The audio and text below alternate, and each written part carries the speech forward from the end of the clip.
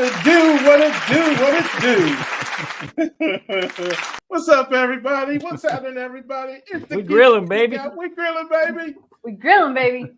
Yes. Welcome to the sleepy edition of the Keto Cookout.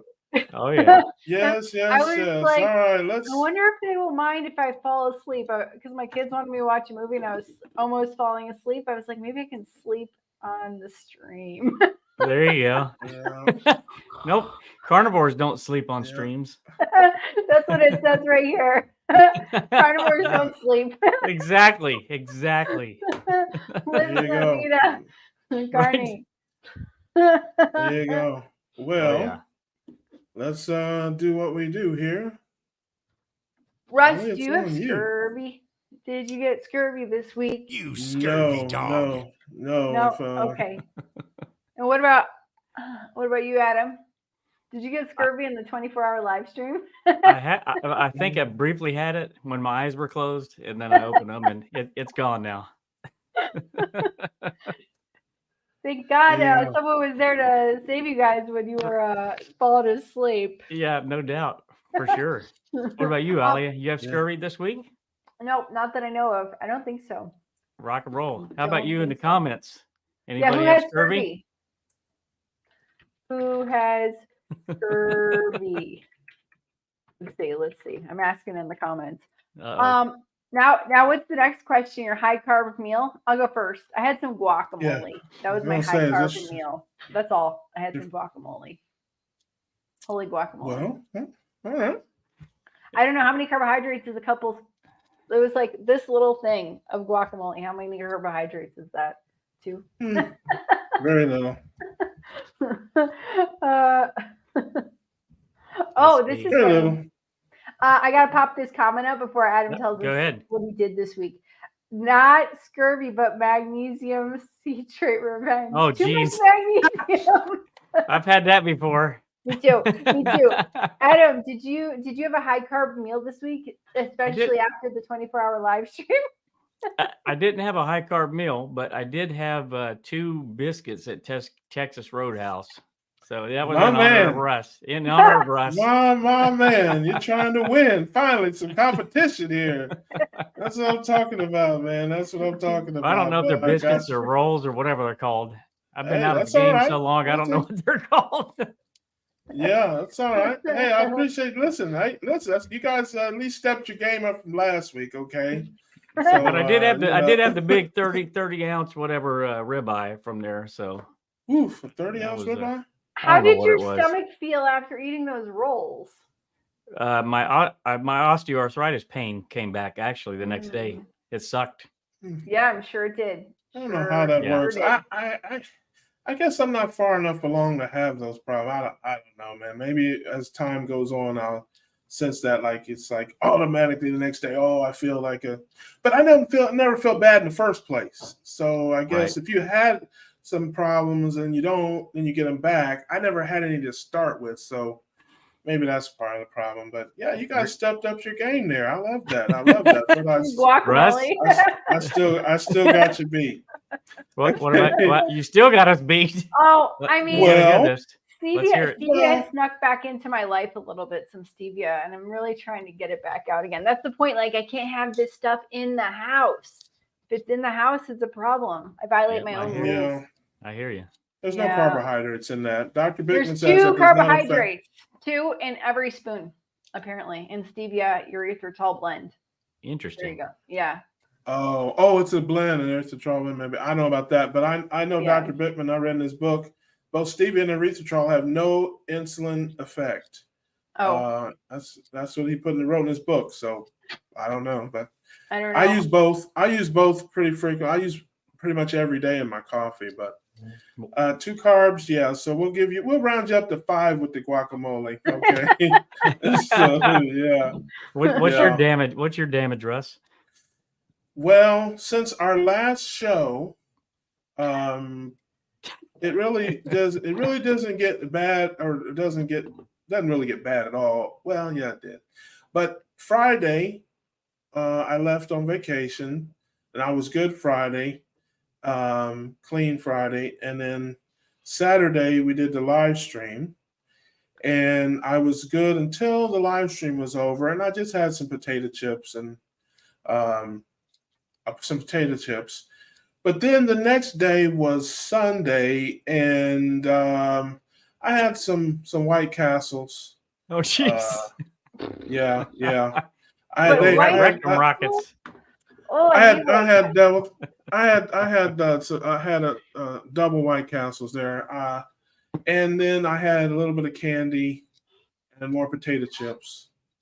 That was your 1% or your 10%, your cheat? It's all part of the 10%. Yeah, I mean, so I didn't count the carbs, but I've been on vacation since Friday, so that's Friday, Saturday, Sunday, Monday, Tuesday. So I'm 5 days in, and I've had about 200 carbs for over 5 days. So that's, man, I had that in a weekend, Labor Day weekend. So I haven't really.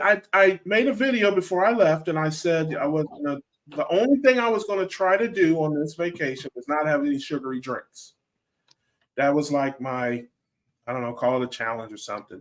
Just no sugary drinks. Whatever I do, but no sugar. And I've done that.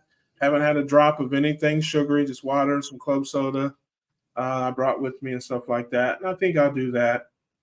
And then I'm heading home Friday morning. So we'll see how Wednesday and Thursday go. But and I'm down a pound. If you watched my weigh-in video, I am down 1 pound even after Carbogeddon. Wow. Yes, during the Awesome. Labor Day weekend. Okay. So, like I said, I'm on the path. I'm on a road, Good but job. I'm on vacation. I'm not even thinking about it. I'm doing my thing.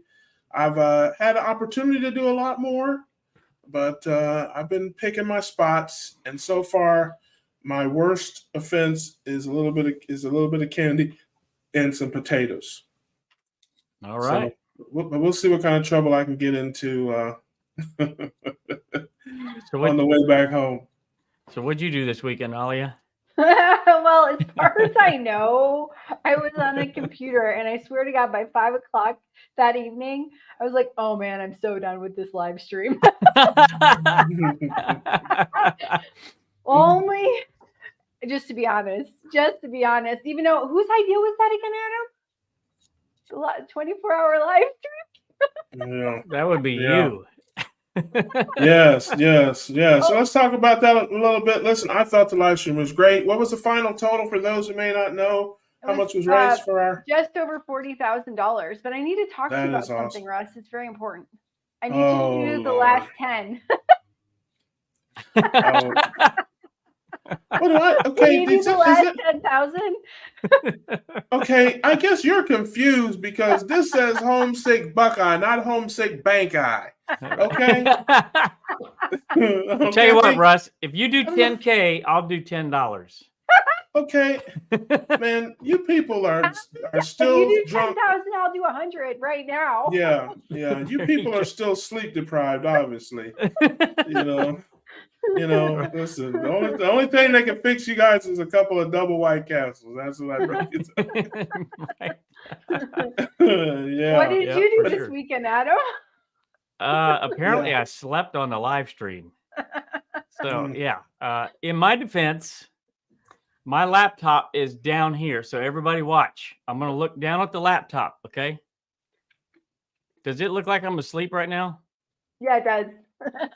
Okay. Yeah. So that's what I was doing. So I didn't realize that the job that Alia was doing was insane. It was like insane. She's doing 5 million things at once. And when she left the stream, I had to take that over and I had no idea what I was doing.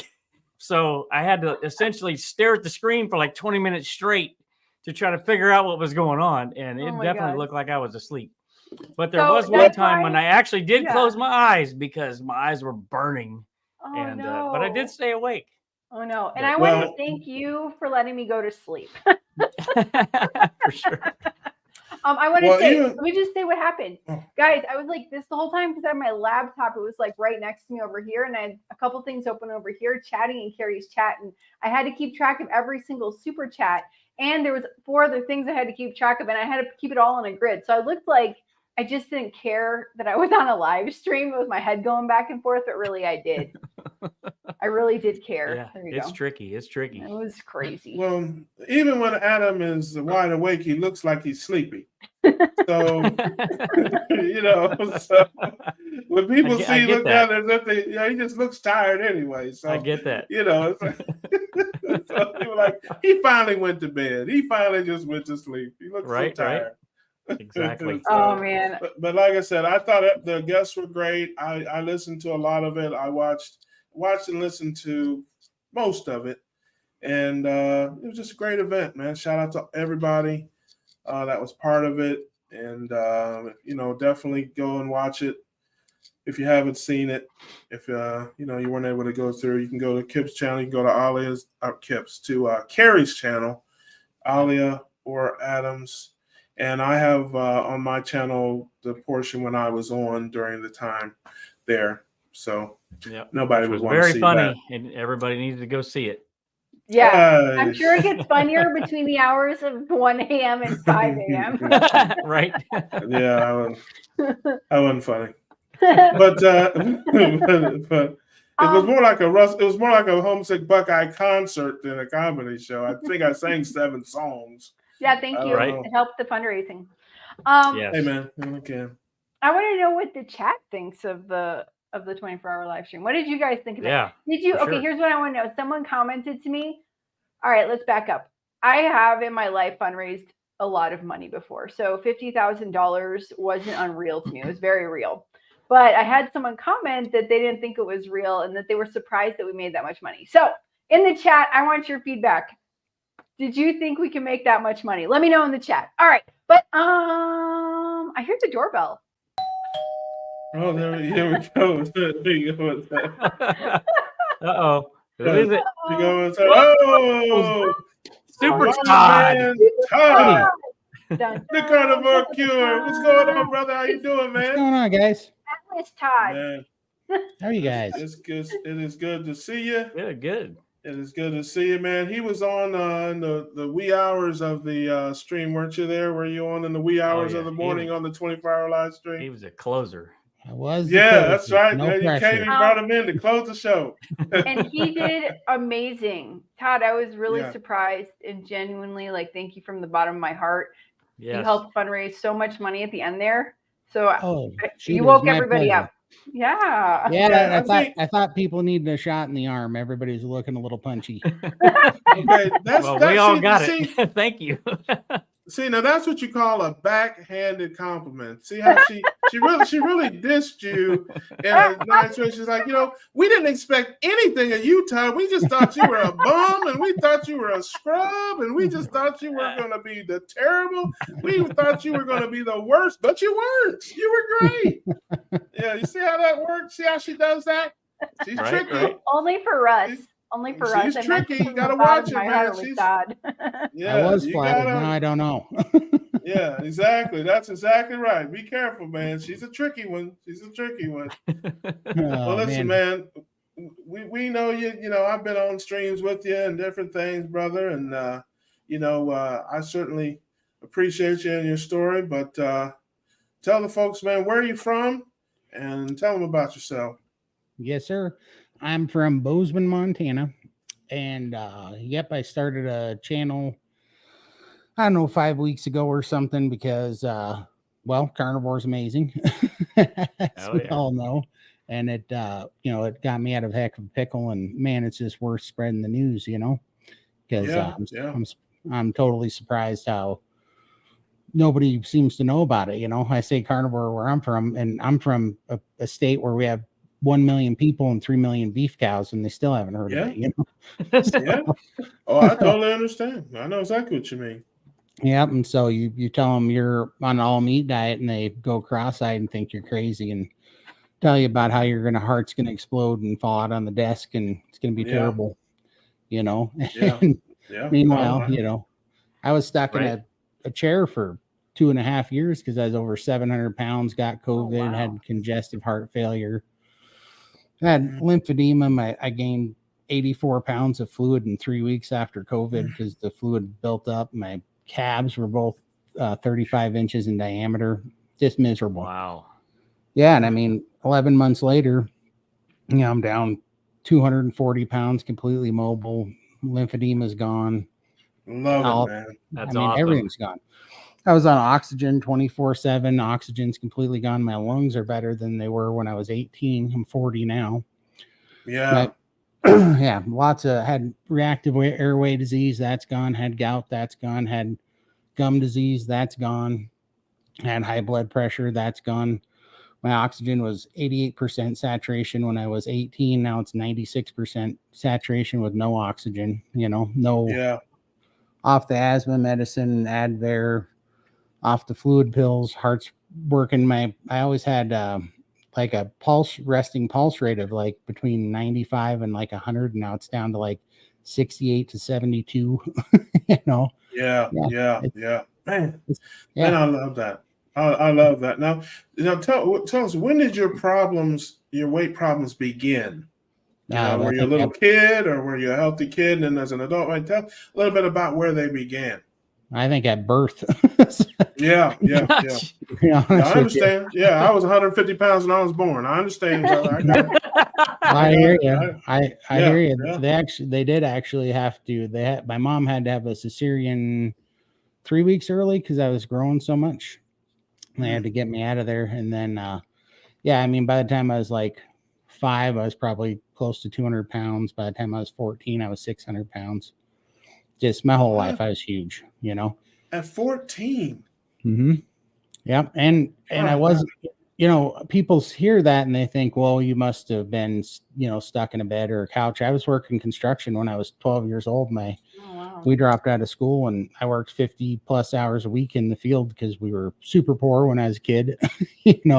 My dad taught us how to all be electricians, but I was working 50 hours a week in the field, digging ditches, just miserable. My back hurt, my knees hurt, my ankles hurt, just everything hurt all the time. And just could not lose the weight. But I mean, I know where I gained all the weight. It was all soda. I drank so much. It was ridiculous.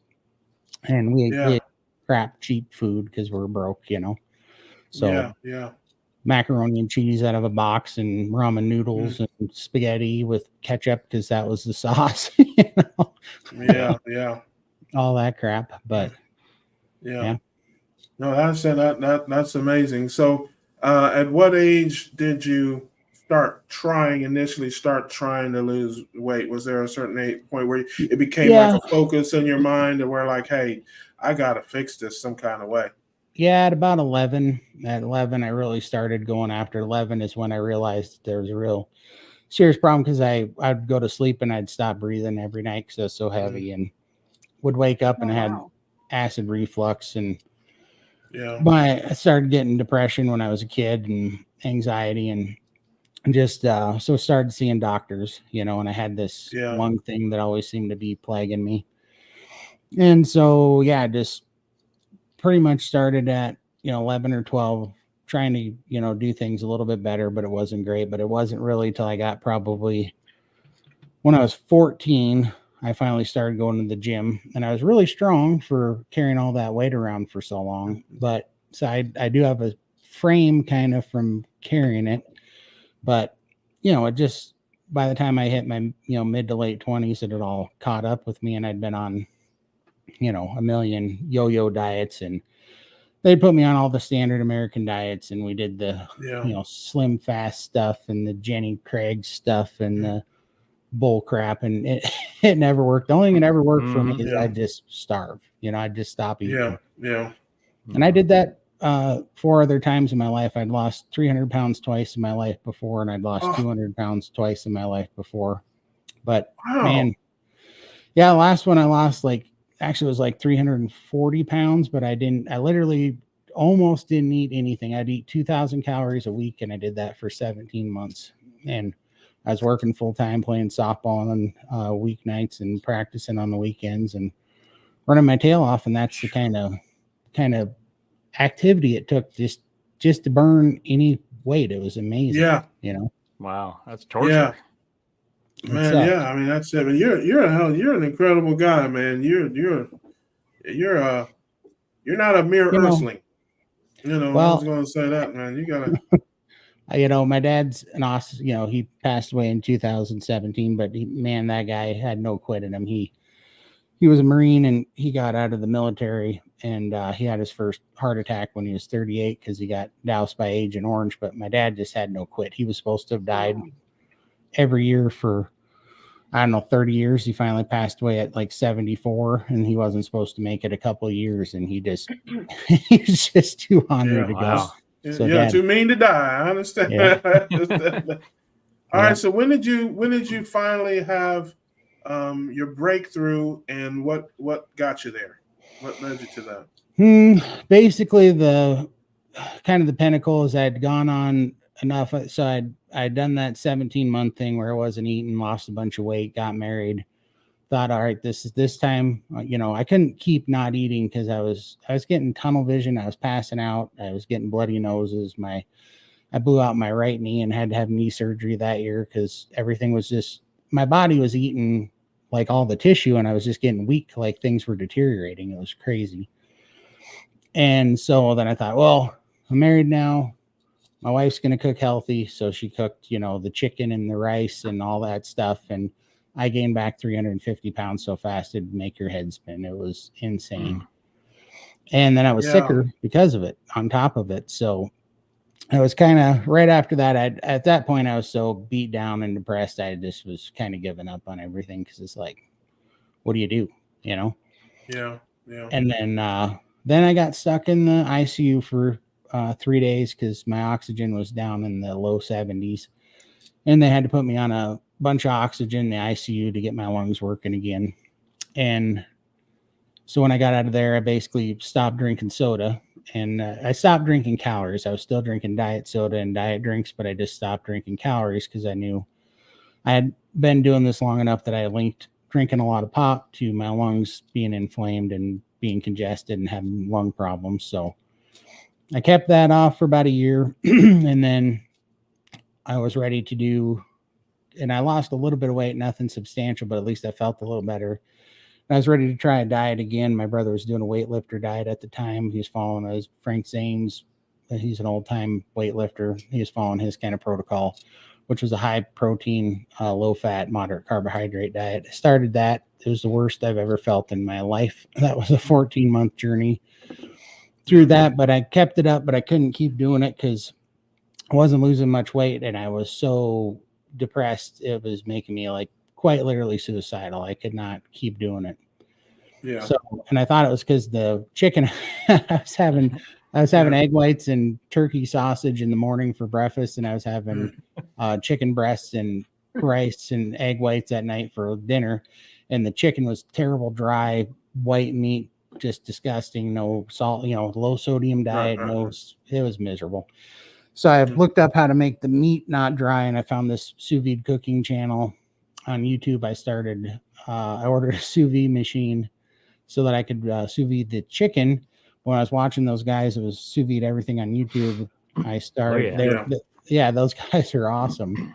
And they're always sous vide and ribeyes and picanhas and searing it in butter. And I was sitting there after eating dry chicken and turkey sausage for 14 months, and I was just drooling watching these guys make these ribeyes. And so I decided to get off the wagon for a short period of time. And I was like, when my sous vide machine gets here, I'm going to make a ribeye. And then I always laughed because I said I was going to have one ribeye, and then I went to Costco and bought 4 ribeyes. So I got you. Was that the point where you started, so you didn't hear about it somewhere or quick, hold on a second.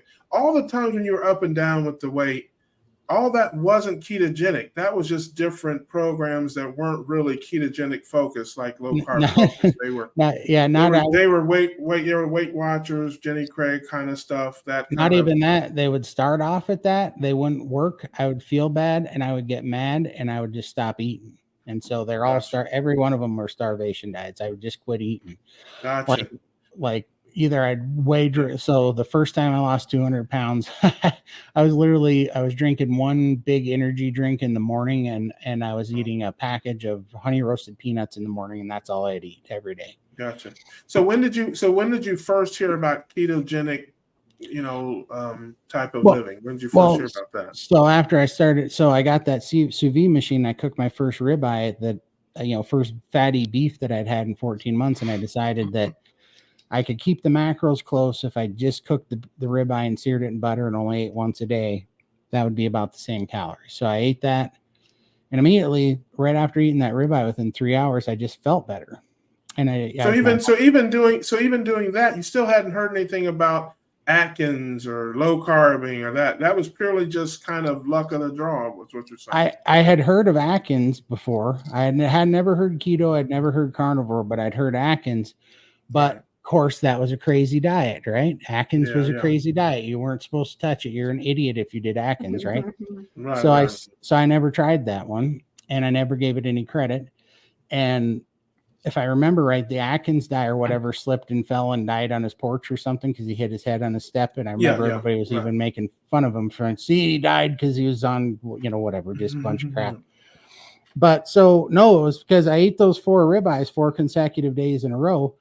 And previous to that, on that 14 months of high protein diet, I'd only lost 37 pounds.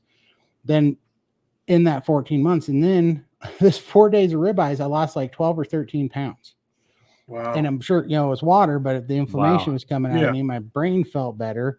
Of the depression, anxiety was lifting, and I actually had energy, and I was in a good mood for the first time in 14 months. So when I saw that, it was such a starch change that I Googled it, and I'm like, why am I feeling fantastic eating butter seared ribeyes? Why, this isn't supposed to be good for me. Right.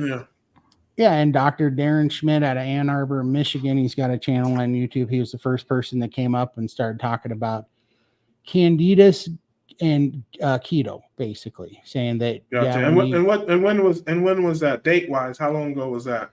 That was, I don't have it down to a perfect date because a lot happened, but it was sometime end of 2018 to early 2019, somewhere in there. Gotcha. I gotcha. And so from there, you just started on down that carnivore road until you're keto. Oh, okay. I started on a keto road, and I had mixed results, but unfortunately, if I would have just kept doing what I was doing with the ribeyes, it would have been great. Right. But unfortunately, I fell down. I started researching everything keto, and that led me to fat bombs and bulletproof coffee and peanut butter cups and all this keto junk food and making chaffles and keto pizza and all this stuff. So I went off on that tangent, and I would, I just yo-yoed on the keto thing for about, I don't know, a year and a half. And I had good results and bad results. And things were knocking me out of ketosis. And I was counting the net carbs instead of the total carbs, and something would have something hidden in it. So it was just up and down. And finally, I decided I got to get my crap together here. And I was reading Jason Fung's book, The Diabetes Code, about insulin resistance and how extreme fasting can really help get your fasted insulin levels down. So I went to tackle that, and I decided I was going to do a 40-day water fast. And so I jumped into that with both feet, and I made it to day 21, and I got just deathly ill. Couldn't figure out what was going on. Long story short, what happened there is on day 21, I ran my potassium levels into the ground, and my potassium levels got so low that my blood plasma wouldn't hold red blood cell pellets anymore. And so my red blood cells tanked. And that was... Gotcha. So tell us when you started carnivore. When did you start the carnivore? So I got full carnivore. So officially, after that happened, I got COVID. Well, my immune system was shot. COVID lit me up, ruined my lungs, gave me congestive heart failure, went through a few months of just terrible crap. And then I finally got my stuff together. And on September 29th of 2022, I went on Ketovore. Did that for 3 months, but I kept eliminating things to try to get my ketone levels up, to try to get deeper into ketosis. And on January 1st, 2023, I was full carnivore, basically BBB&E on January 21st of 2023. All right. Now, since January of 2023 up until now, tell us how much weight you've lost and what changes you've seen. So basically a minimum of 235 pounds is what I've lost. I really didn't know my starting weight because that's crazy. I was so awesome. big. You lost like 15 pounds more than I am. Yeah. For sure. Yeah. No, that's but incredible, but the biggest thing was at that time I'd gotten my health declined so bad that I was stuck in a chair. I was on oxygen 24/7. I couldn't sleep at night. I'd wake up not breathing. Every time I would wake up, oxygen was in like the high 70s. Had oxygen deprivation headaches, had gout, had gum disease, had all this crap. Just massive lymphedema. My legs were so heavy. I used to have to, no joke, I had these climbing ropes that I bought on Amazon. I'd tie them to my ankles, and I'd use them to lift up my legs and put them on a footstool so I could get my legs elevated so I could sleep at night. And it was just causing my knees to swell up something fierce. It was ridiculous. And so that's completely, I'm completely mobile again. I mean, I can't even tell you the things that happen. It's just insane how quick it got better. Hey, Todd, you care if I share the picture of you on the oxygen? Go for it. Yeah, go for it, for sure. See if I can find this real quick. Share Gotcha. Do you mind if I share a picture of Todd holding up something? This is Todd on oxygen, and this looks nothing like you, dude. Nothing like you. Wow. I wonder you couldn't breathe. Yeah, that was that was a rough period. That was actually after I'd lost a little bit of weight and was feeling better. My sister wanted to know. That's why I took that picture. She goes, "How you feeling?" I said, "I think I'm looking better." Yeah, man. Well, listen, I can tell you it's a miracle that you're alive. But I know I can speak for everybody when I say, man, I sure am glad you are. You're just a good dude, a joy to be around, man. You're always upbeat, got a smile on your face. But I say this all the time. This community is so amazing. People, 99.8763% of them are wonderful. But we're all bound, most of us anyway, are bound by what we've been through, man. When you've been through something, man, when you come up the rough side of that mountain and you get past that and through that, you got some joy. You got some happiness, man. You got something to share. And that's why when you get around, the keto community, it's a lot of happy people, a lot of smiling people, generous people, man, because we've all been through something. And we've been to hell and back. Yeah, and we've come out on the other side of it, man. So we're happy. We got a lot to smile and laugh about, man. So that's great. But tell everybody where they can find you, your social medias, all that kind of stuff, and what they can expect, on your channel when they come over visit you. Yeah, absolutely. I'm at the Carnivore Cure on YouTube, on Instagram, and on TikTok, and it's Carnivore Cure on X, or formerly known as Twitter. Yep. And basically I like to dig into how we got tricked into this scam of this the standard American diet. We've all been lied to. And that's what I'm planning on digging into a lot more, because that, honestly, when I saw that, it took the focus off of me feeling like there was something wrong with me and realizing that there was something wrong with the system. The system was broke. Our food system was broke, Standard American diet, standard American doctors. That's SAD, however you want to. We call it SADD, standard American diets and doctors. And you're exactly right, man. Well, we share that same thought, man. We have a life-changing message, a life-saving message, and we need to get that message out to as many people as we can, because there are folks like that. Hey, listen, I'm a flyweight compared to you, brother. I mean, I was a mere 548 pounds, man. But you were I was a cruiserweight. You were in the super heavyweight division, man. I didn't want none of that. That power, super heavyweight power. I couldn't handle it. Go big or go home, huh? Yeah, man. Yeah. But I just want to say, man, that I'm so thankful that you found that Carnivore Cure, and I'm grateful that you're part of the community. And we will definitely see you around. And you're a friend of the show, friend of everybody's channel, and an all-around good dude. I want to thank you for coming by and sharing that. And we're going to do some things, I think, in the future, hopefully. Yeah, absolutely. I sure appreciate you having me on. Yes, and sir. I have to show Todd something, even though surprise was ruined this morning. Super Todd. I was gonna tell you in another 3 months you won't have to Photoshop that bottom part anymore.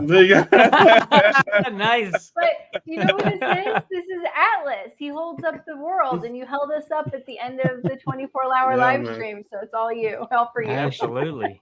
I sure appreciate it. Yeah. I really wanted to see your facial expression. So yeah, I saw that this morning. I was like, what in the heck? Yeah. We'll make sure we have a link in the description for folks. You know, if you can't find him, somebody put in there they can't find his channel, but we'll definitely have it in the description when it's the Carnivore Cure. Carnivore Cure. Make sure you're spelling it right.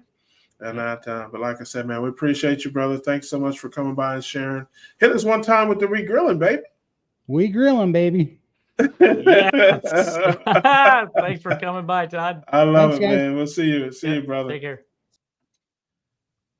Yeah. All right. Man, what an amazing story, man.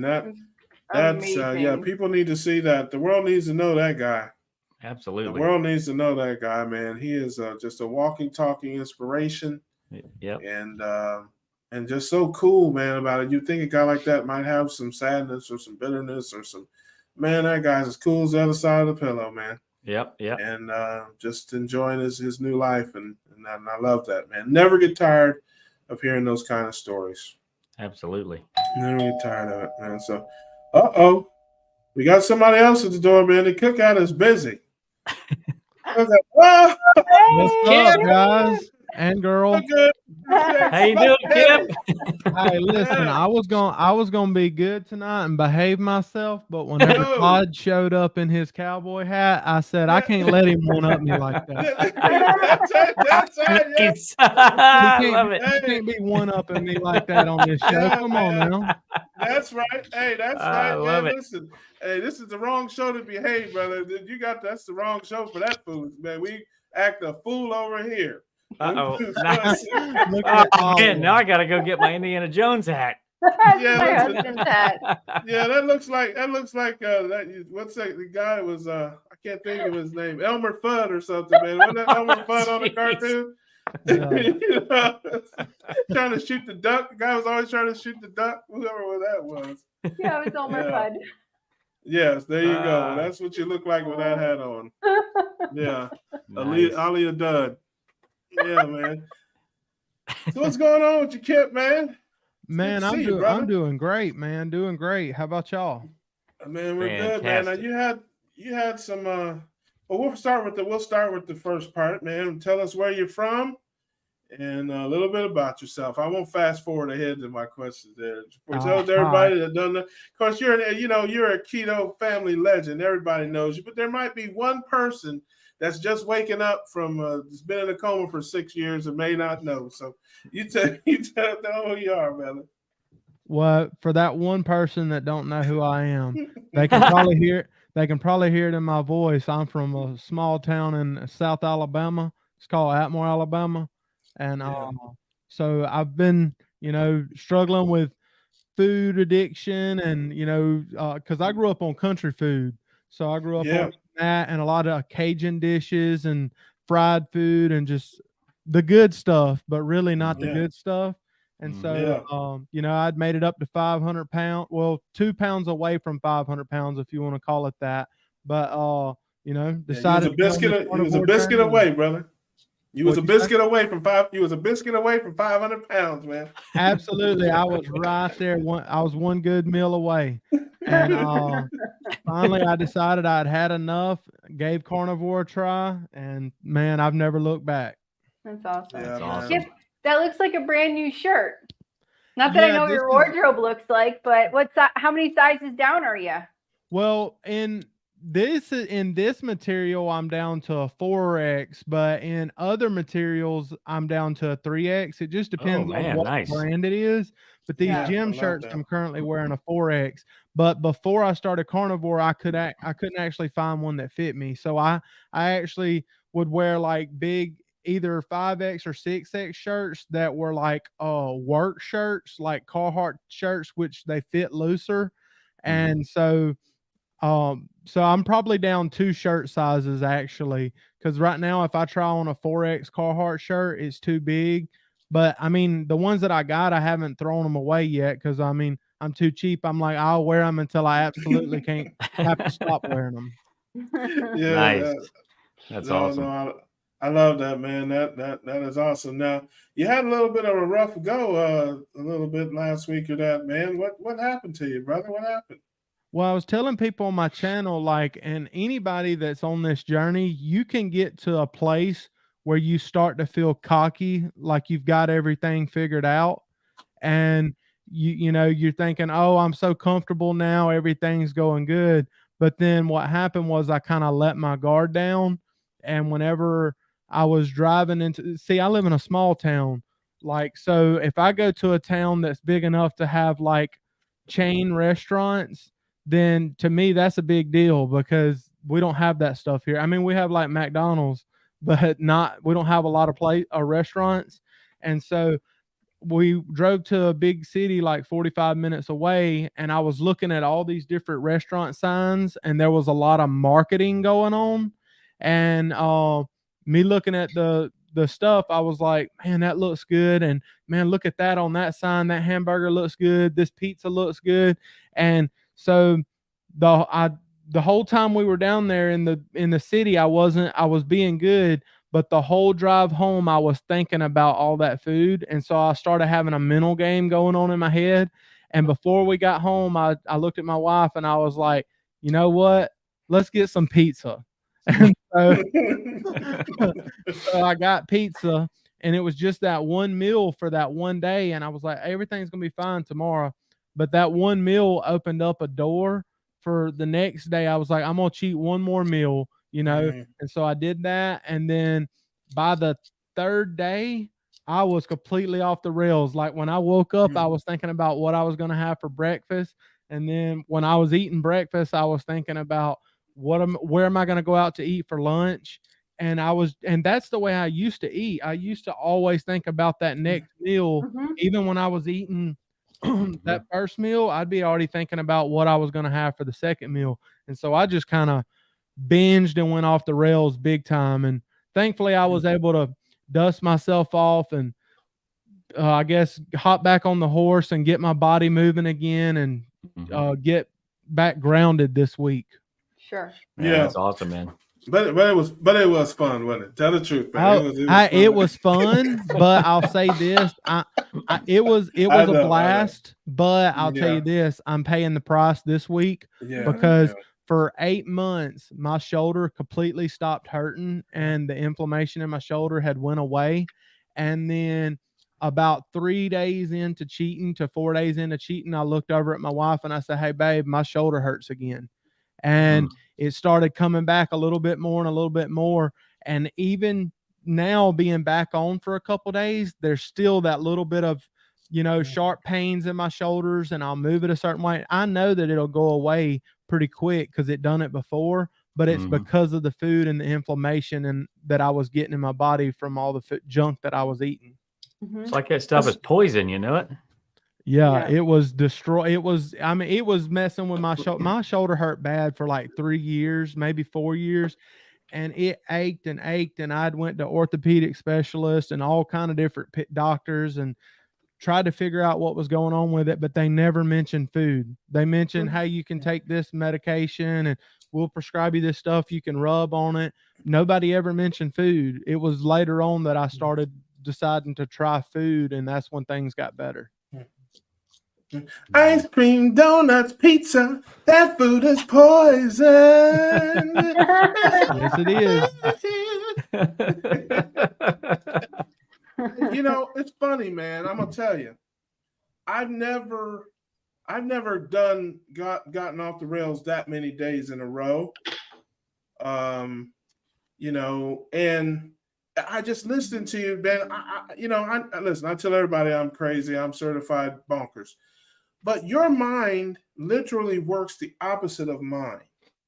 When I go and eat something that's out of the norm, my mind pulls me back to my normal. Like I'm on vacation right now. and I've got another 3 days here, but I'm ready to go home now.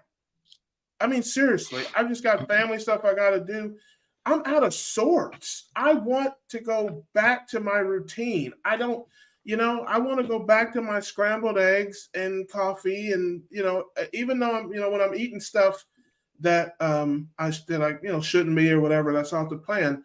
My mind is trying to, to get back to that because I'm a creature of my routines, my normals, my habits, that the keto life is my normal now.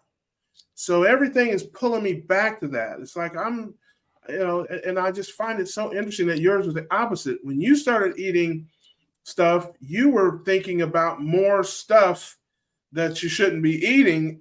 When I'm eating stuff that I'm not supposed to be eating, I'm thinking about going back to my normal. It's crazy.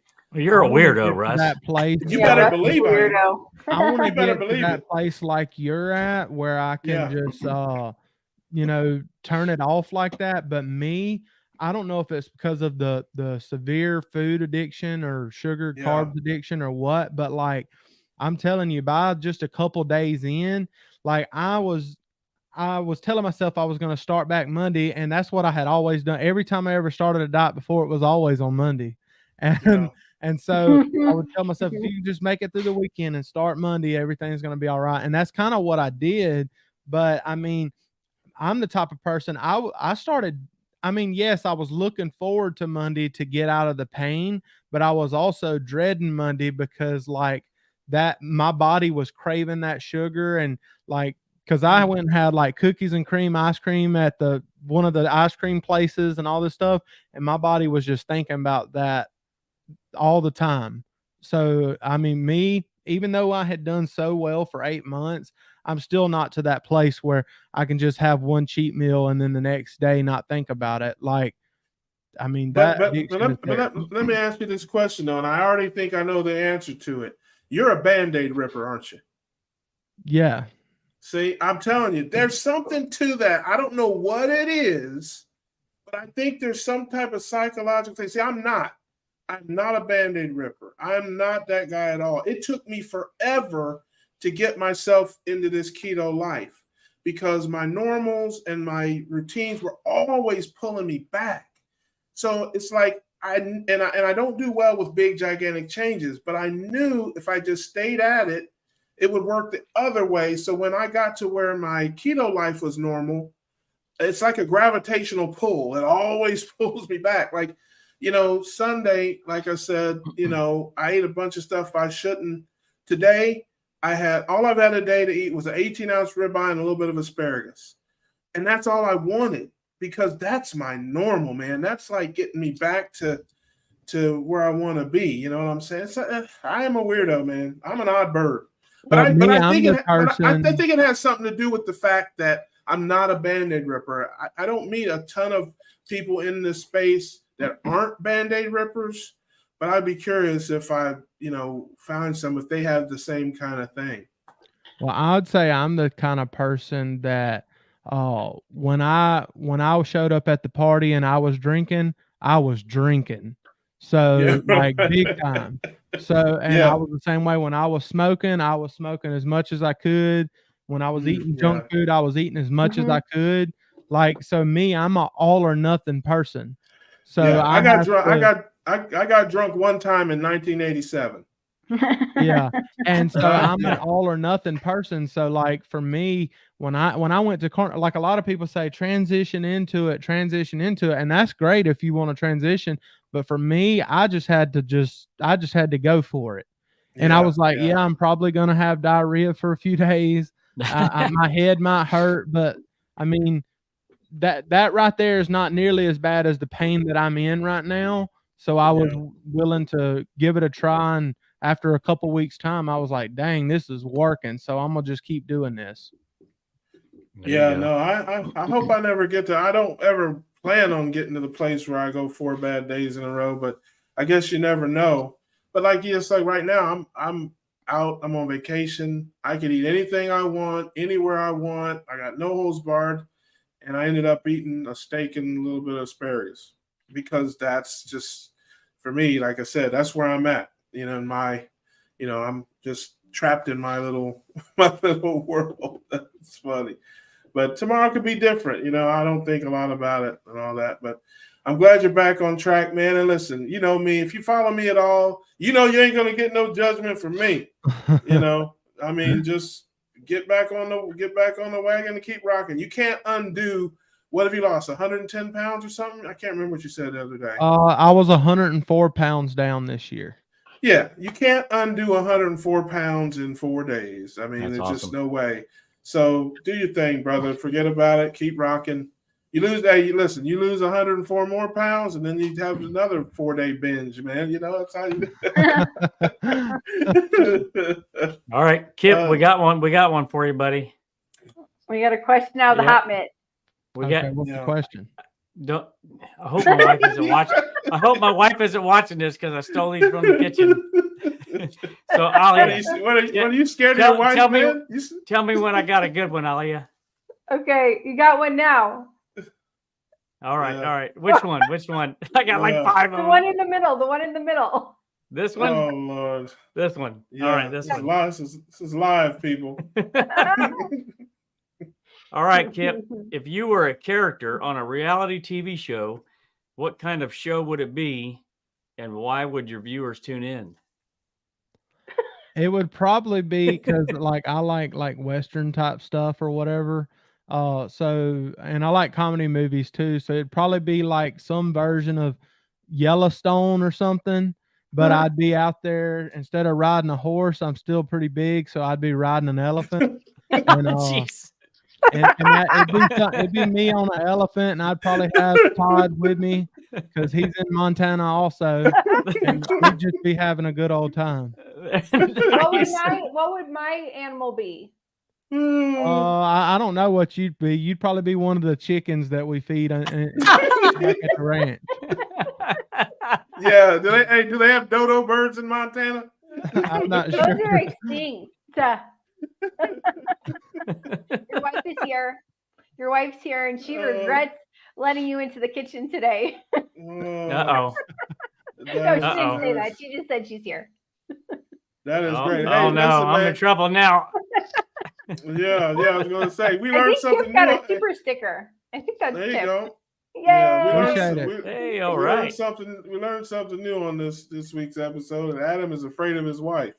So, Well, who isn't? I'm afraid of my wife too. Right. Maybe that's why I'm single. That's probably why I'm single, man, because I'm like an untamable beast. Maybe that's what it is. I don't know. I'm like like the say wild- that now till you're married. I'm like the wild bull nobody can ride. That's just Oh yeah, that's right. He lives close to Bozeman, or he might live in Bozeman, so that's pretty cool. Yellowstone would be perfect for us. I want to answer this question. What was the question? I'm Let me find it again. Let me find it again. Calling it. Let's see. If you were a character on a reality TV show, what kind of show would it be, and why would viewers tune in? Well, I think I am on a reality TV show called the Keto Cookout.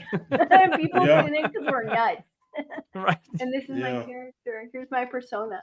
Nice. No, let's see. I don't know. Hey. Reality TV always sucks. I would be like a mom. Well, I would be like a dance mom. There you go. Because my daughter wants to do dance Well, classes, so I'd be like a dance mom. Is that like a Honey Boo Boo Mom or what? No, there's a whole show about these dance moms, and where they have their little kids in dance classes, and it's very competitive, and it's like the Kardashians me being a mom, I guess. I don't know. Anyways, I never watched the Kardashians. This is a very, very easy question for me. What's that? What is it? What's your answer? Shout out to all my lovely low carb ladies and all my keto cuties all over the world. Holla at you, man. We'll go half on a stick of butter or half on a boiled egg or something.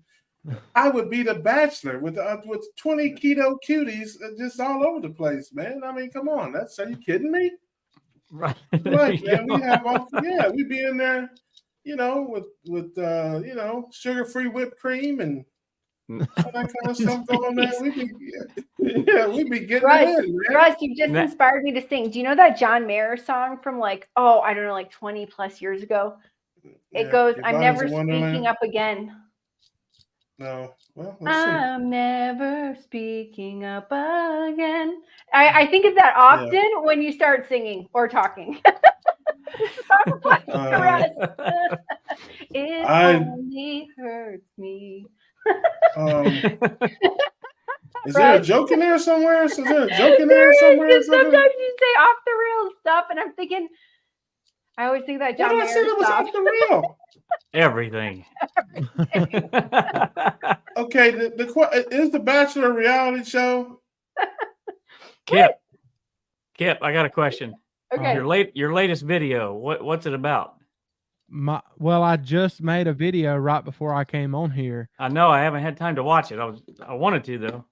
Like, if you want to see the Pillsbury Doughboy running, then you need to watch that.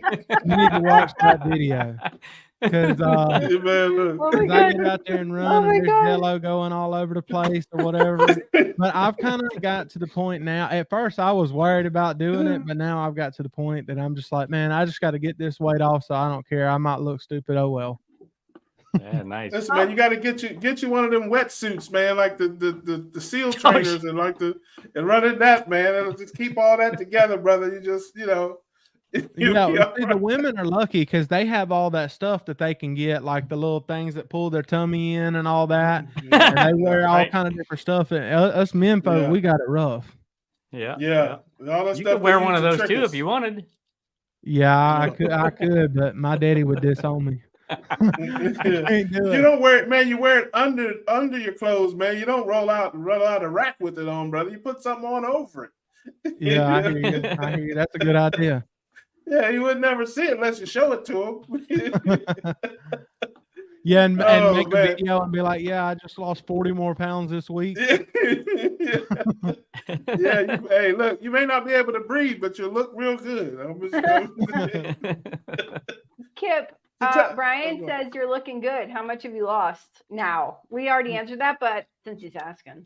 Yeah, it was 104 pounds, but then I cheated like all week, so I probably went up like 8 to 10 pounds. But I was like, I'm not even gonna step on the scale because that'll discourage me. I'm just gonna start back because that's what happened before when I cheated. Was like I went up a lot, and then I just didn't step on the scale because I could tell I'd gained weight, but I didn't step on the scale, and then like a week or so later, I got on the scale and I was already back down. I mean, I had Carbogeddon. Nice. I had Carbogeddon the Labor Day weekend, and I still lost a pound. And but here's the thing: I only weigh myself once a month. Yeah. I don't weigh myself every week or every day or none of that. Once a month. So I got time to. I got that makeup speed, man. If I get caught, if I get caught on the deep ball, I can make it up, man. I got that closing speed, So that's the trick, man. Just weigh yourself once a month, man. You give you some wiggle room in there to maneuver if you need to. So tell everybody about your smoking, man. Like I said, I said one time if Kim smoked a pair of flip-flops, I'd probably eat them. So, I'm just saying, man, tell everybody about your smoking and all that, man. Yeah. Well, a lot of people, they see me on here and I have a carnivore channel and I love all this. It's been fun and like it encourages me to keep going. But long before carnivore, long before that, I watched a lot of guys that cook barbecue professionally. And I'm really good friends with a guy that does competition barbecue. And so I got into barbecue probably close to 10 years ago.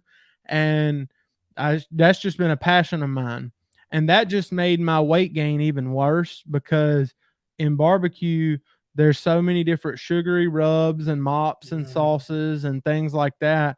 And it all tastes incredible, but it definitely added more pounds to me, so, and I'd eventually become a diabetic from it. So part of what I do on my channel now, which I haven't been able to do it in the past month, I've been so busy making other videos, but I want to get back into some of my barbecue videos as well.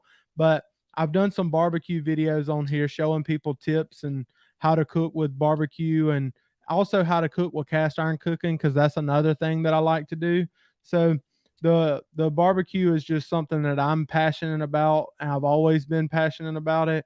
And so I like to show people on the channel that there are ways to make great barbecue without all the sugar and without all the sauces and all that stuff. You can make good barbecue with just a few simple ingredients and a lot of love. Nice. Yeah. I love that. I love that. And some meat. That helps too. Yeah, you gotta I ain't gonna be making a tofu barbecue. So you can put all the love you want, and if you ain't got no meat in there, it's not gonna turn out too good. That's right. Yep. Well, I made a listen. I'm not even on the same planet as you when it comes to that stuff. So I'm not trying to act like I am, but I made a brisket that was actually pretty good for me a couple weeks ago, and I did have some sugar-free sauces and some low-carb sauces that I found. I was thinking about doing a video about that, but I do agree with you. It's utterly and completely ridiculous if you don't know and you look at what's in these barbecue sauces and stuff like that. I mean, it is crazy, man. You might as well drink a Pepsi or something. I mean, it's nuts what's in some of those. So yeah, no, I hear you loud and clear on that. And some people use Pepsi and other things whenever they're making their stuff. They mix that in with things. So I mean, a lot of people make it like if you go and you search barbecue on YouTube, whatever video you watch most of the time is going to be something super unhealthy with like some pineapple mango glaze on it with habanero, something with chipotle, and it's going to have tons and tons of sugar. It's going to taste amazing, but whenever you got type 2 diabetes, and don't be asking why. Right. Yeah, for sure. Now, I saw you and Carrie did a smoke challenge or something. I saw a couple months ago. I can't remember exactly when it was on your channel. And I thought it was good, but the stakes were way too low, man. If you really are serious about this thing, I got an idea, man. You guys have the smoke off, and whoever loses, the winner gets to smoke the other one. That's how it goes. You got to get in the smoker and take it like a man. I'm just saying, because if you ain't willing to die for it, then you don't really believe in your skills. And that's just how I see it, man. I'm just telling you. If it would have been that kind of competition, Kerry would have been gone already because I think I got him. And you got a smoker big enough to put him in. Yeah. Oh yeah, I could put Russ in my smoker. Nice. Hey, listen. Dave, I'm already a little paranoid about coming down to see you in small town Alabama. You ain't making it no better. I'm just and I live out in the backwoods. If you need to go missing real quick. Yeah, I was gonna say, yeah. There's probably a couple guys that neighbors of yours that probably like to see that happen. I'm sure there's somebody out there. Oh, jeez. Yeah, Alia just text me if I could please make that happen. Yeah. She probably did. I just keep thinking of the movie Fargo. Kip, what's the sea lion diet? The sea lion diet was actually just something that I kind of come up with a subscriber of mine. Because I had said that since I live close to the Gulf Coast and I live in the country too, I was like, well, I love to eat beef, and so does everybody on the carnivore diet. And a lot of people kept telling me, hey, try the lion diet. And I was like, well, if I'm going to do the lion diet, I'm going to need to add seafood to it because I love seafood.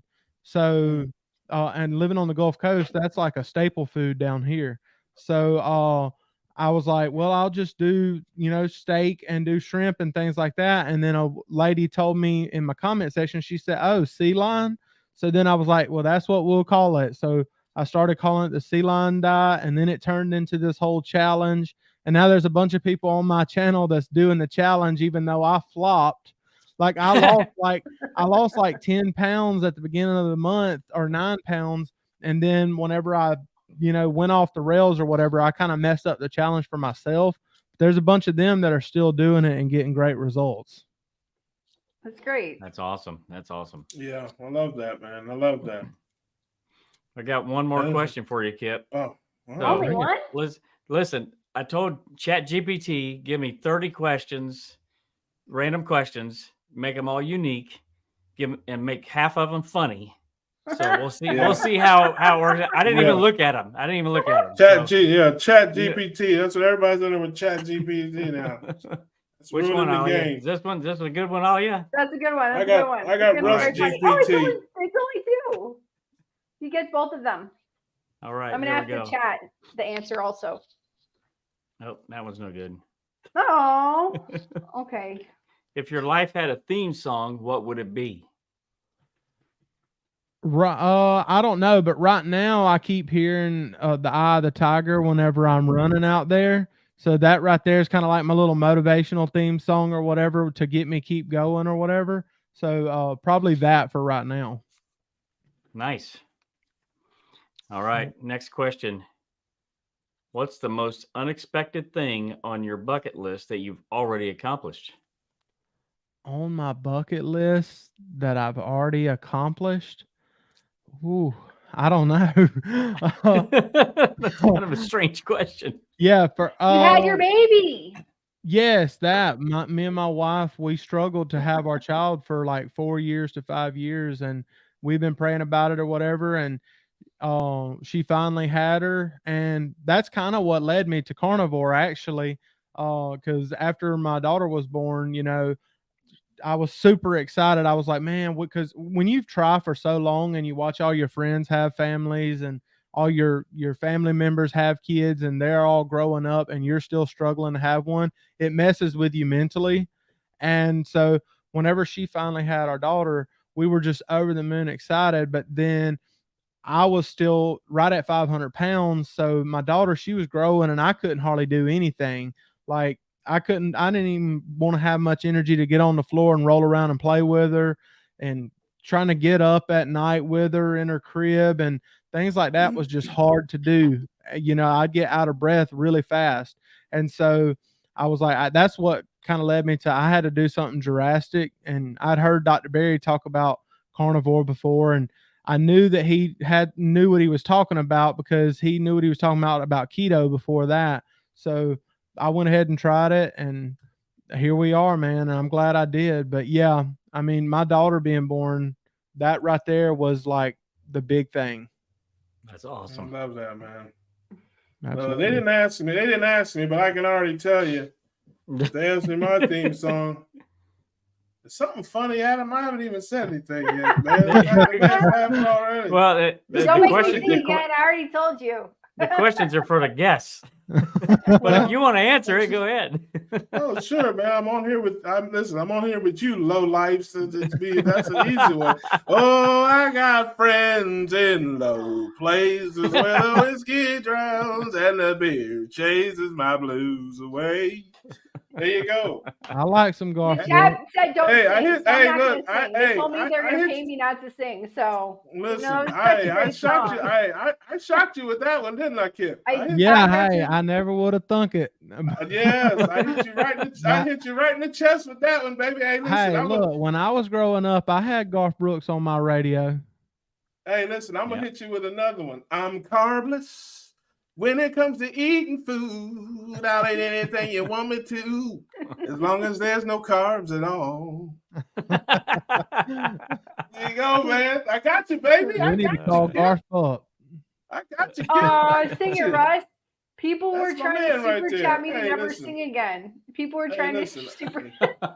Hey, I went deep. I went deep in the vault for my man Kip. Yeah. Listen. I can go. Listen, I love country music as quiet as it's kept, man. I could go all day. You know. Can you do Tequila Makes Her Clothes Fall Off? I did. No, I did. I think you. I can't remember what stream I was on when I did. Chicken is fine. Remember it next time when you get hungry. Chicken is fine. Yeah, it's cheaper anyway. You'll save some money. Well, steak is sometimes tough. If you had about enough, you need something else to eat. Chicken is fine. Yeah, man, so. All right, we got to have one more question for Kip, don't we? I know we have one more question. Uh-oh. Sure. Uh-oh. Here we go. What is Cheeseburger in Paradise? It's Jimmy Buffett. Oh. Yeah. Cheeseburger in Paradise. All right, here we go, Kip. If you could invent a new holiday, what would it be, and how would people celebrate it? Whew.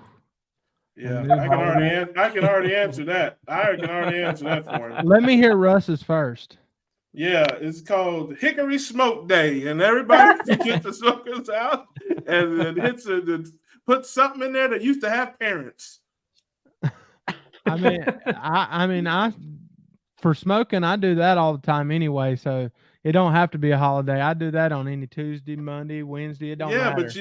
But you don't get the day off with pay for it. You don't get to take a day off for work with pay to do it. Yeah, I need to talk to my boss about that. Yeah, tell him it's Hickory Smoke Day, man. I can't come into work today.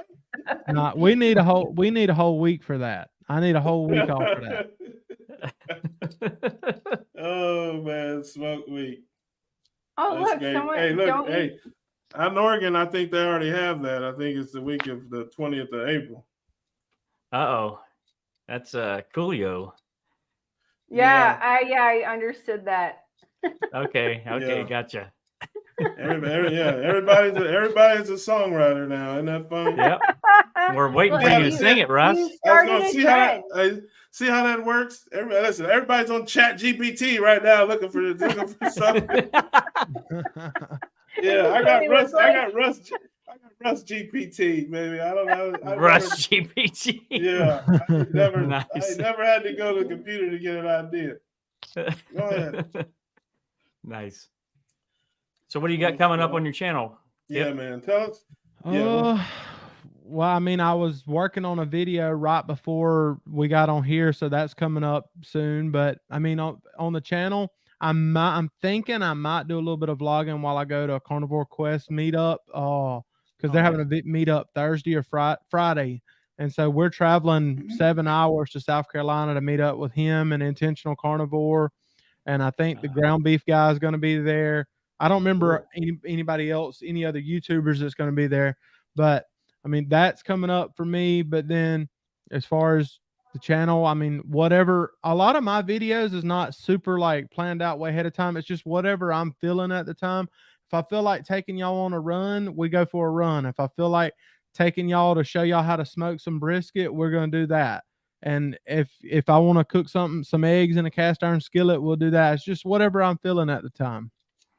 Yeah. Nice. I don't know. You got to go up 95 to get there from where you're at? 85. I go up 65 and then hit 85 and go through Atlanta and go that way. Gotcha. Okay. Where in South Carolina is it? Greenville, South Carolina. Okay. It's going to be in Greenville, South Carolina. Nice. Who's cooking? They kind of wanted me to, I think, a little bit, but I mean, I was going to be traveling up the night before and everything. They hadn't officially asked me to help, but I mean, if they needed me to, I would help them with whatever. But they do have some people that are close by that have some smokers, and but Cassie, she did tell me to be prepared to answer some barbecue questions for her whenever I get there. So because nice. some people wanting some help with how to make a brisket. Okay. Someone here wants to know how to make a brisket in the oven. Do you have a video about that? Mike Shaw TV, not somebody. Mike Shaw TV. Hey, Mike, I'm gonna tell you now. Don't do it, buddy. You can make a brisket in the oven. Like honestly, you could watch like somebody that's smoking a brisket and do the same exact technique, but do it in the oven. It's not gonna be as good. I ain't gonna lie. If you smoke a brisket, it's gonna be better. But you can get, because what you're doing is you're breaking down that tough muscle.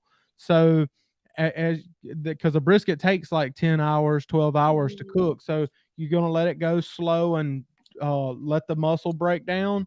But you're going to miss the smoke flavor, but you can still make a good brisket in the oven. Just follow somebody's recipe, but don't use a smoker. Pretend that they're using an oven. There you go. There you go. Nice. Good advice. Yeah, that's right. There we Smoke go. Daddy himself, Smoke Daddy the man. But I'm not fitting to do no brisket in the oven. That's a sin in my house.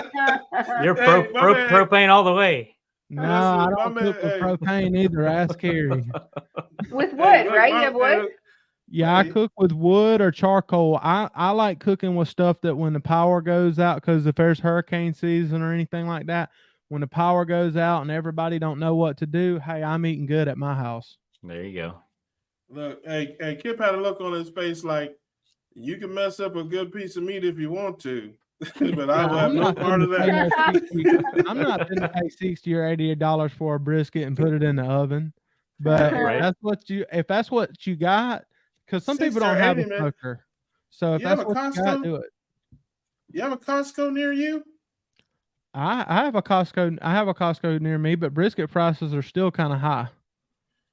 Yeah, because I didn't pay that much for mine, but yeah, but well, how big of briskets are you getting? I don't know. It was like $8. I want to say it was like $9 a pound. Oh, that's way more than I pay. Yeah, that's more than I pay. Well, there you go. Well, so you got. I think mine was like $3.50 or $4 a pound or something. I normally pay around $4 a pound. Sometimes I get them on sale a little bit. Like I told you, I'm not a cook. I'm not a cook. But if I'm cooking a 20-pound brisket, then at $4 a pound, if you do the math, that's a lot of money. Yeah, my brisket wasn't. Yeah, it wasn't that much. So it wasn't Alia, that heavy, that's how you can raise the money, Alia. What? You just buy a bunch of brisket and you sell it to Russ for twice the price. Yeah, there you go. Yeah, evidently that's it. $10,000 brisket. Yeah. Hey Russ, be looking out. I'm gonna be selling brisket on my channel next week. Nice. Hey, I guess I got it coming, man. You know, clearly I stepped in it there. The truth of the matter is, I don't know how much I paid for it. How about that? The homesick bank eye. Oh, there you go. That's a good one. Exactly. That's like, hey, who looks at prices when you're buying stuff? I don't. I should. Yeah, but you're buying stuff that's like $1 for a whole sack of like beef hearts or something. Yeah, you know? yeah. You're down in Colombia, man. Yeah, I don't. Exactly. I used to like go back and forth on my phone and like the calculator to calculate the prices. Too much stress. Just put it in the cart. Yeah. There you go. Here's another question. What's a nutria? Is that like a? That's a swamp rat. Oh, it is. Oh. Yeah, it's like a big rat, like huge rat. Ew. Oh, it's hey, how many of them have you eaten, Kip? Wait. I don't live quite that close to New Orleans. I live a little bit out. I live about 3 hours from New Orleans.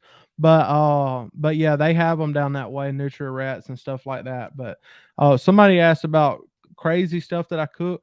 If it was up to me, I'd cook anything that I could find on the side of the road. But do you buy a car or do you kill it? Well, as long as it's still warm when I go up and touch it, then I know it's fine. But my wife, she don't like me putting some things on the smoker. So around here, the worst that actually goes on one of my smokers is like a wild hog or something like that. But I mean, some things she's like, I will never eat food off your smoker again if you cook that on there. So a nutria can be 9 to 20 pounds, and it says it's like between a rat and a beaver. Wow. Yeah, and you can actually go down there down south, and you can go on a hunting trip and go hunt nutrias. I'd like to do that. That'd be fun. I'll do that. Let's go nutria hunting. Yeah, I've had cow heart. It's delicious. We cooked it in the pressure cooker and then fried it in bacon grease. That's how you cook cow heart. I would have it unfrozen when you cook it. There you go. It just tastes like lean steak. Everyone's like, ew, it's a lot. It goes down easy. It tastes good. I've only had chicken heart. I haven't had cow heart. Cow heart's way better than chicken heart, but chicken organs are like the gateway to other organs. Look at Adam. No way. No, they're not. I done told you a whole Give bunch me of a times, ribeye. Yeah, brothers don't eat organs. We play the organ. We don't eat organs. I was just telling you that. And I just looked it up. The brisket. So I'm in Jacksonville, Florida. Costco's brisket was $7.59 a pound. It was 8 pounds. So I've just looked it up on the computer. That ain't even big enough. That's the flat. You're buying just the flat, probably. Yeah, it just said USDA prime brisket $7.59 a pound, and it was 8 pounds. So I paid, that's what I paid for. Huh. I don't know anything 8-pound about brisket for me. I wouldn't even buy 8-pound brisket because to me, it's got to be fit. I want to get more meals out of it. So like I want to slice it up and meal prep. And or even back when I've cooked tons of briskets for people, I like to, have a bunch of meat for everybody. And so 8-pound brisket, because when you cook a brisket, I mean, 90% of the people, they trim a brisket, and you'll trim a couple pounds off of the brisket. And then plus when it cooks, a lot of the fat's going to drip off the brisket. So you're probably going to lose another 2 pounds. So if you buy a 8-pound brisket, you probably only got a 4-pound brisket when it's done. Gotcha. So that ain't much meat for a big fella like us, Russ. Come on. I don't eat as much as you might think. I hear Alia eats more than me. I don't know what it is, man, but I don't I can only eat about a pound of meat at a time, really. Like ground beef or even steak. Yeah, I can't really get it in like that like I used to. I don't know what that is, but yeah. And for those people that like to get technical too, when it comes to like barbecue, a bigger brisket is gonna take longer to come up to temp, and actually when you cook barbecue, the longer it takes the meat to come up to temp, the more time it has to take on smoke flavor. So it'll give you a better, smokier brisket in the end by having a bigger brisket. Because if you got an 8-pound brisket, it's not going to get that much smoke. Yeah, first of all, you are, again, you're on another planet. You're in another league. You're in another galaxy. I took that 8-pound brisket and I cut it up into 3 because it won't fit in my slow cooker. So I slow cook it in just a slow cooker. So it's way too big. So I cut it up into a couple pieces that'll fit in my slow cooker. And I slow cooked it on low for 6 hours and took it out, and it was wonderful. So, but again, you're only talking about probably a 3-pound piece, maybe. You know what I mean? Because if I cut it up if it was 8 and cut it up so again, I'm like JV, man. You're varsity, Letterman. I'm like a bench warmer on the JV team. I'm not a cook. I'm one step above a caveman. The only difference between him and me is I got electricity. I got meat and I got heat. And that's just, that's it, man. I'm telling you. So we've been here an hour and 22 minutes and 23 minutes, and it literally feels like we just started. It's crazy compared to Saturday. Maybe that's why. Maybe that's why. Yeah. Speak for yourself, Adam. But Adam, are you ever gonna do a 24-hour live stream? Why not? Oh, because I was gonna be like, no way. Y'all are doing 48 next time, right? Yeah, yeah, right. Yeah, you've already done that. Yeah, you got to raise the bar now. Kip's gonna be there with us. Yeah, I'll be there for 48 minutes. Nice. Exactly. Hey, now I want to say one thing before we are going to wrap up, but I gotta say, man, Kip has got the most like that like his whole environment there.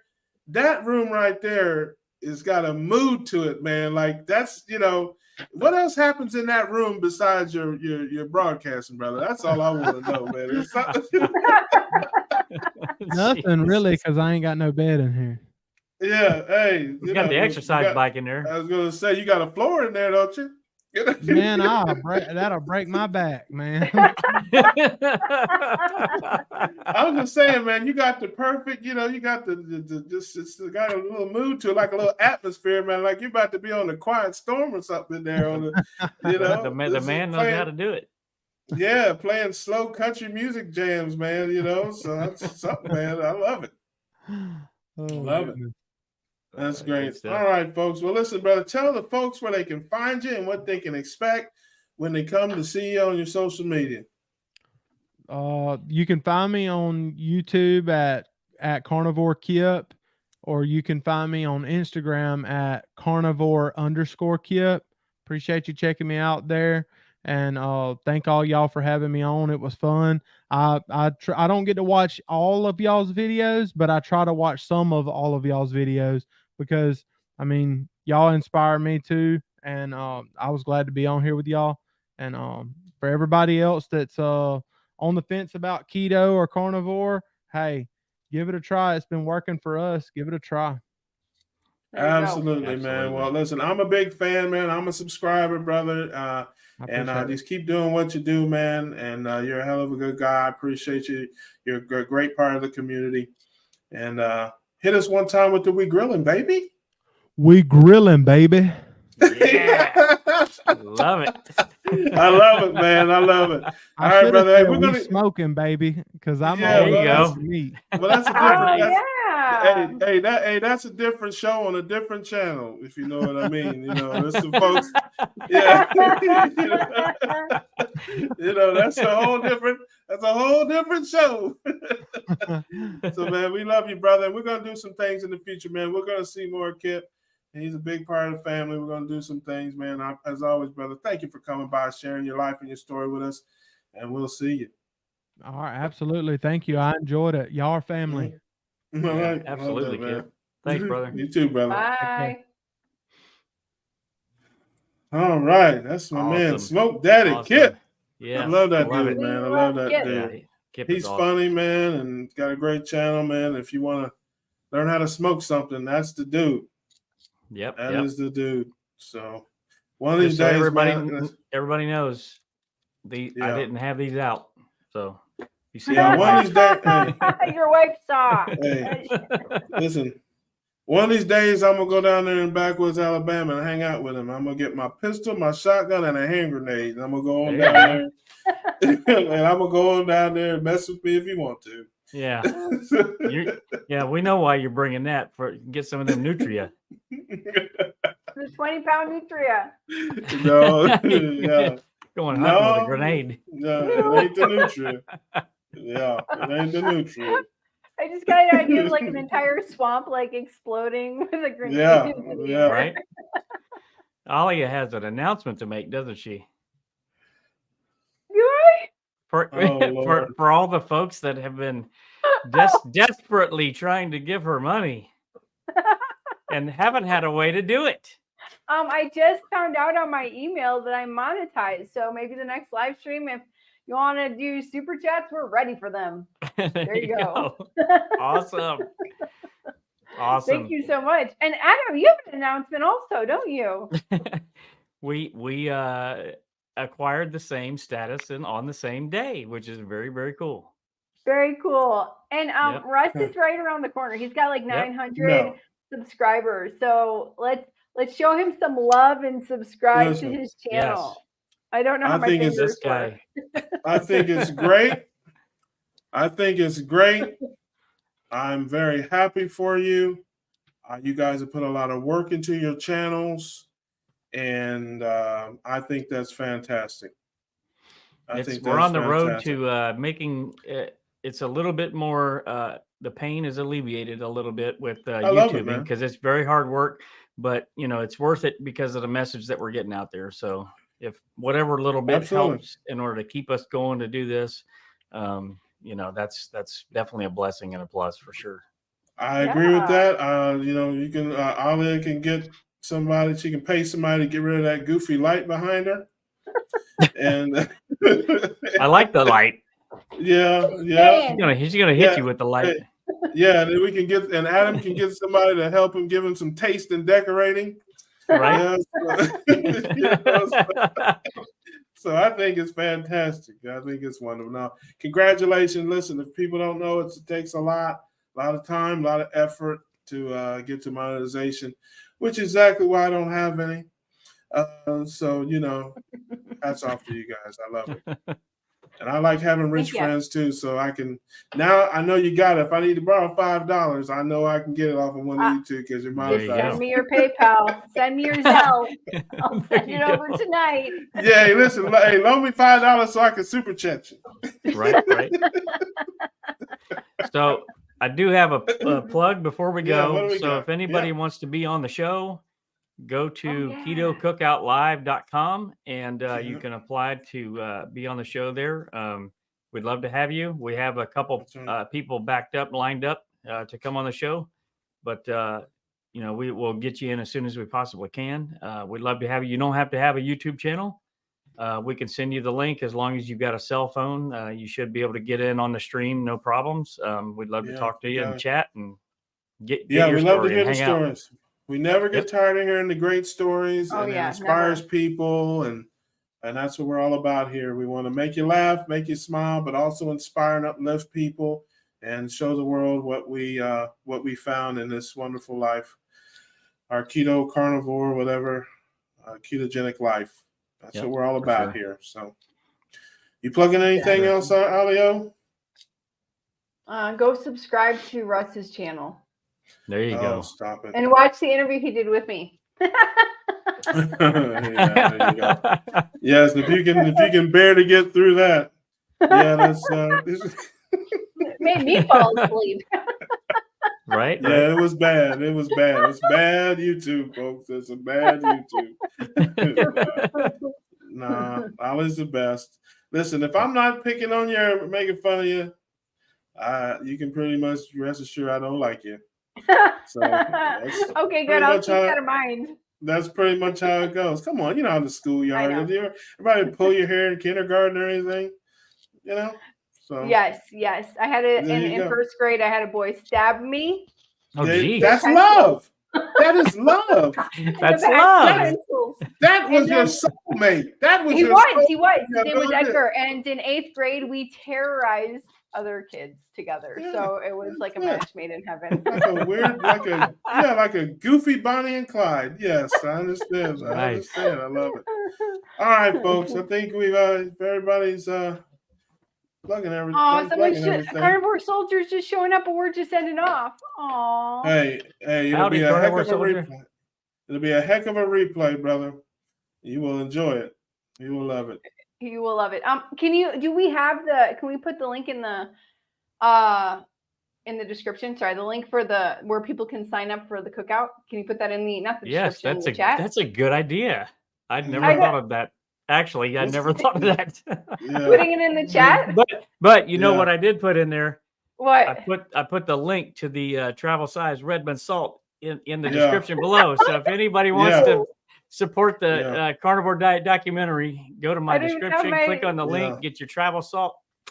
Yeah, and, the Tin Man. Make sure to buy it from him. Buy it from him. Yeah, thank you, Adam Lacey, the Tin Man from the Wizard of Oz, ladies and gentlemen. What's going on, Rick? I see you, Rick. I see you, buddy. That's my man. Shout out to Carnivore Scott. Carnivore Scott will be doing the after party, the keto after party. So if you want to go over and hang out, I'm on vacation. I literally have nothing to do. I may or may not pop over there for a minute and say hey. Because what else am I going to do? White Castle's closed, so right. White Castle's open. Scott, I haven't even seen him. Yes, White Castle is open 24 hours. I have, but I will not be going there, Adam. Don't go to White Castle. There's a reason why. Go to Wendy's. There's a reason why they call them rectum rockets. You call them rectum rockets. I call them delicious. That's what I call them. Right. So anyway, but I sure hope Carnivore Scott's doing his after show. Otherwise, it's a problem. But I haven't seen him. But I did. He did say during the stream, I think, though, he was going to be doing it. So there you go. Hope he's okay. Yeah. All right, folks. Okay, Thanks everybody for coming. We definitely appreciate you. We love you. I want to thank our guests. I want to thank our man Todd, the Carnivore Cure, and of course thank Kip at Carnivore Kip Smoking Barbecue. And we'll see you next time. We grilling, baby. We grilling, baby.